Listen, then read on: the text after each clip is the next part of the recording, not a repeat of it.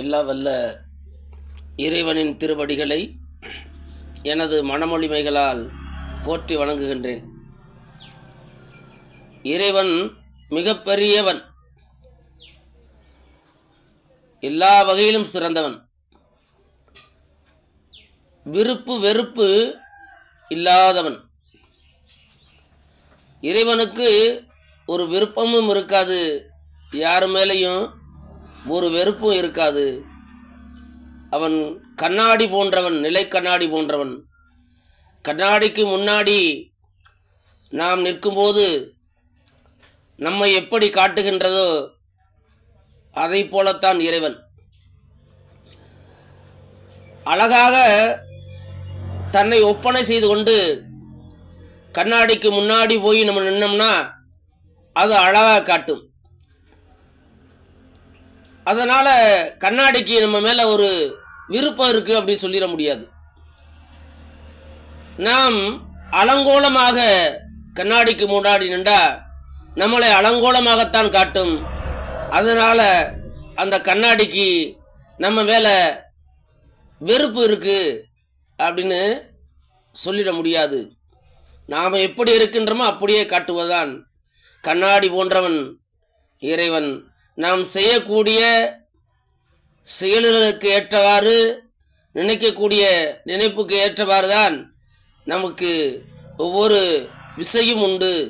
எல்லா விசைக்கும் எதிர் விசை உண்டு. நல்லது செய்தால் நல்லது நடக்கும், நாம் பாவம் செய்தால் பாவம்தான் நமக்கு நடக்கும்.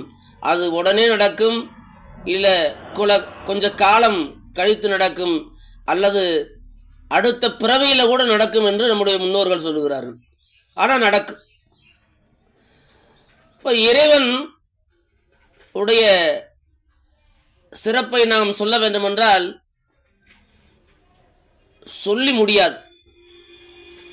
இப்போ இறைவன், இப்படிப்பட்ட இறைவன் யார் என்ற கேள்வி நமக்குள் எழும். இறைவனை பார்த்தவர்கள் உண்டா? உணர்ந்தவர்கள் தான் உண்டு. மலர் இருக்கின்றது, அந்த மலருடைய மனம் நமக்கு தெரியாது. நெருப்பு இருக்கின்றது, அந்த நெருப்புக்குள் இருக்கக்கூடிய சூடு நமக்கு தெரியாது. எல்லாமே காற்று இருக்கின்றது, காற்றை நாம் பார்க்க முடியாது. இப்போ இறைவனை உணரத்தான் முடியும், அவனை நாம் என்ன செய்ய முடியாது? பார்க்க முடியாது.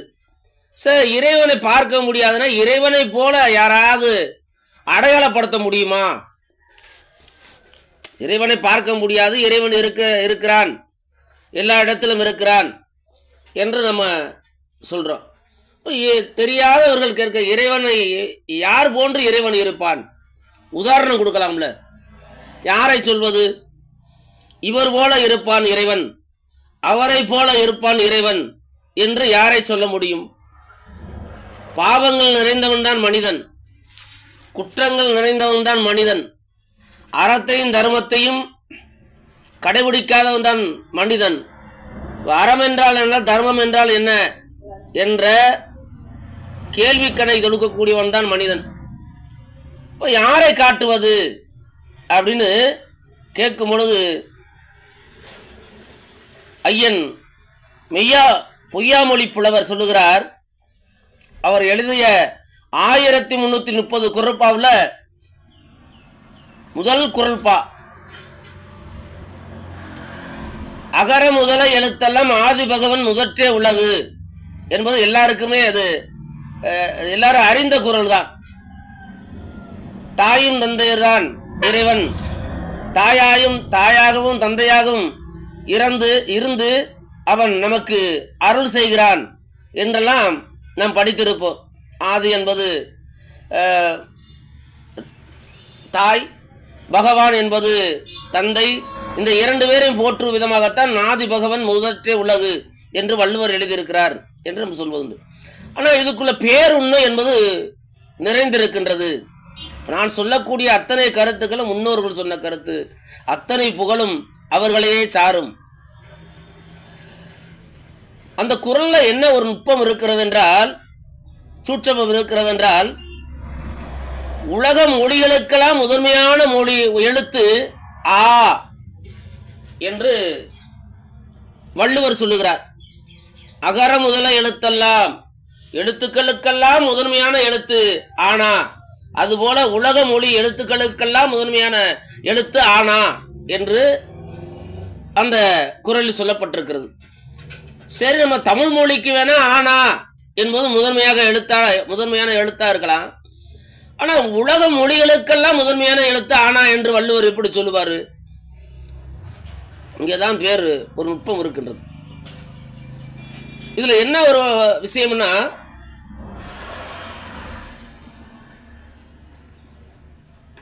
ஒரு எழுத்துக்கு வடிவங்கள் உண்டு. இலக்கணம் சொல்லுகிறது ஒளி வடிவம் வரி வடிவம் இரண்டும் சேர்ந்ததுதான் ஒரு எழுத்து அப்படின்னு இலக்கணத்தில் நம்ம படிச்சிருக்கிறோம். வரி ஒளி, இந்த வரி வடிவத்தை எடுத்துக்கங்களேன். இந்த ஆனா என்ற இடத்துல ஒரு சுழி இருக்கும், ஒரு சுழி, அதுக்கடுத்து ஒரு பிறை இருக்கும், அப்புறம் கிடைக்கோடு, இப்படி நெடுக்கோடு. இதுதான் ஆனா, இதுதான் வரி வடிவம். இப்படி எழுதினால்தான் அதுக்கு ஆனா, இது வரி வடிவம். இதுல பாருங்களேன், இதே வடிவம் தான் எல்லா உலக மொழிகளுக்கெல்லாம் உண்டு.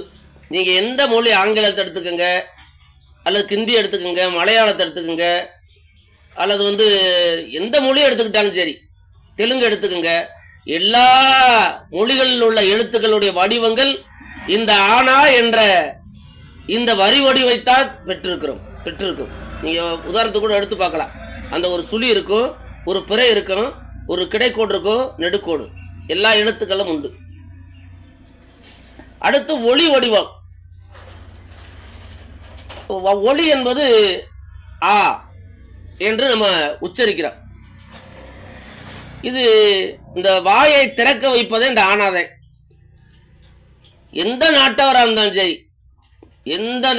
எந்த மொழியை பேசக்கூடிய இனத்தவராக இருந்தாலும் சரி, வாயை திறக்கும் போது ஆ என்றுதான் திறப்பார்கள்.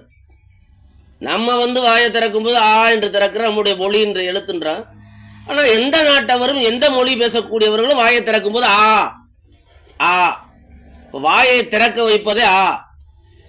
அப்ப ஒளியிலையும் இருக்கின்றது நம்முடைய ஆனா, வரி வடிவத்திலும் இருக்கின்றது ஆனா.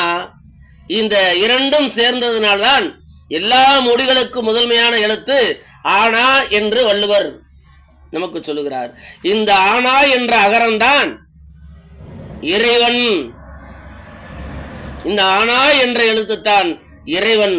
அப்ப இறைவன் யார் என்று கேட்கும் பொழுது அகரம், அகரம் என்று சொல்லக்கூடிய எழுத்துத்தான் ஆனா என்று நம்முடைய மறை சொல்லுகிறது.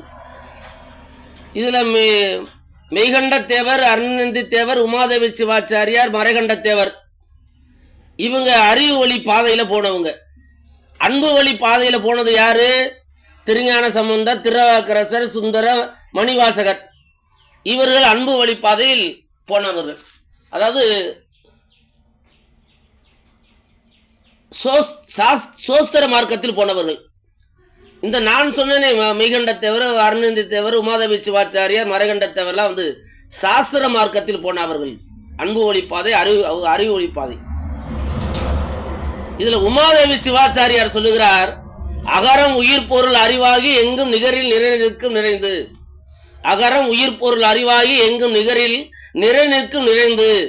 அப்ப அகரம் என்று சொல்லக்கூடிய எழுத்து தாண்டா உலகத்திலேயே இறைவனுக்கு சமம். உயிர் பொருளாகி எங்கும் நிறைநிற்கும் நிறைந்து, இறைவனைப் போல ஏகமற்று நிறைந்திருக்கின்றார் எழுத்து எதுனா அகரம் ஆனா என்று வள்ளுவர் சொல்வதைப் போல அவரும் நமக்கு அவர் பாடிய நூலில் அங்கே பதிவு செய்யப்பட்டிருக்கிறார். என்கின்ற பொழுது இறைவன் ஆனா என்ற அகரத்தை அடிப்படையாக கொண்டுதான் எழுத்துக்கெல்லாம் முதன்மையாக விளங்குவது போல இந்த உலகத்துக்கெல்லாம் முதன்மையாக விளங்குவன் இறைவன்.